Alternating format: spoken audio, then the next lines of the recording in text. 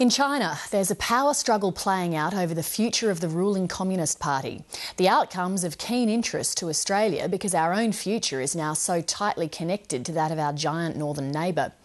Australians have this week caught a rare glimpse of a pivotal player in this epic struggle, Wang Yang. He's a key reformer and later this year is tipped to join the powerful Politburo Standing Committee, China's cabinet. Here's China correspondent Stephen McDonald. At the end of last year, the villagers of Wukan in southern China's Guangdong Province staged a rebellion which would reshape this country. They found out their land had been effectively stolen by developers in cahoots with corrupt politicians. So they took control of their town by force, expelling local officials. Then they braced for the inevitable arrival of heavily armed police, or possibly even the army. They did a very good job of barricading their village, and they kept the police out. And rather than the police or the local officials or the provincial officials sending in the army, they sat outside and waited and negotiated a deal. The troops never came. Instead of crushing the villagers of Wukan, the Guangdong government allowed local elections. What's more, protest leaders were not only permitted to stand, but ended up being elected onto the village committee. The Guangdong authorities certainly managed to establish a rather liberal image through peacefully settling the dispute, recognizing the village elections, punishing the corrupt officials, and so on. The man credited with allowing this to happen is Guangdong Communist Party Secretary Wang Yang, who's now seen by some as the champion of more reform-minded forces within the Communist Party. He's in Australia this week on a trip sponsored by Canberra because the diplomats and China watchers who are paid to keep an eye on these matters think that they can see where he's going.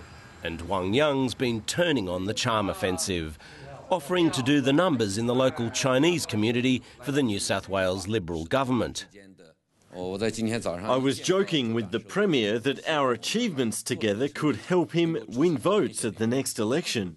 China politics specialist Professor Joseph Cheng from Hong Kong's City University can see why Australia would be courting him. Wang Yang, of course, is an ambitious provincial leader who is the party secretary of probably the richest province in China along the coast.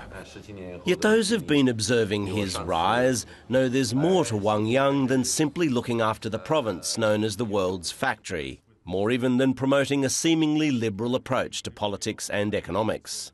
Wang Yang could soon be promoted to China's cabinet, the 9-member Politburo Standing Committee. This would give him massive power. And if he makes it, it will have been his negotiated settlement at Wukan that helped him get there.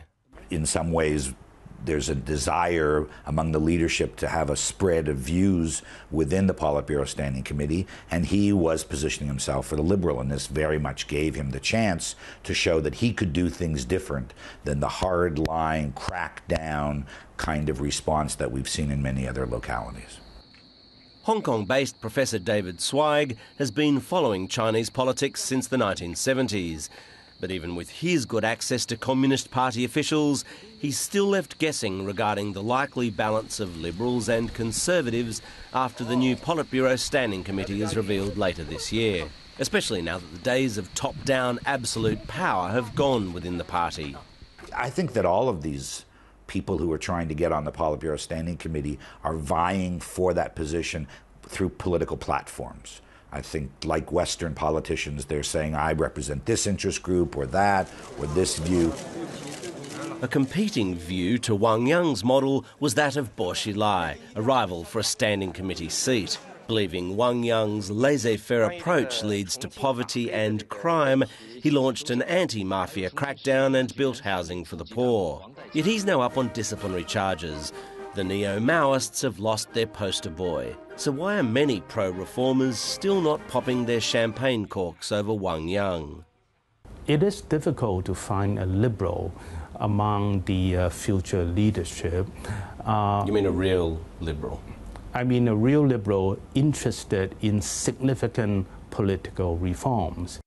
Guangdong may be more open than the rest of China, but these things are relative. To get some perspective, you just have to come across the border, here into Hong Kong, a place which still enjoys considerable autonomy.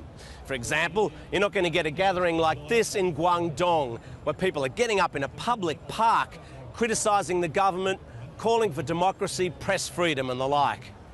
Normally on the mainland, organised activity of this nature, even if it relates to legitimate grievances like land seizures, is seen as a threat to Communist Party power.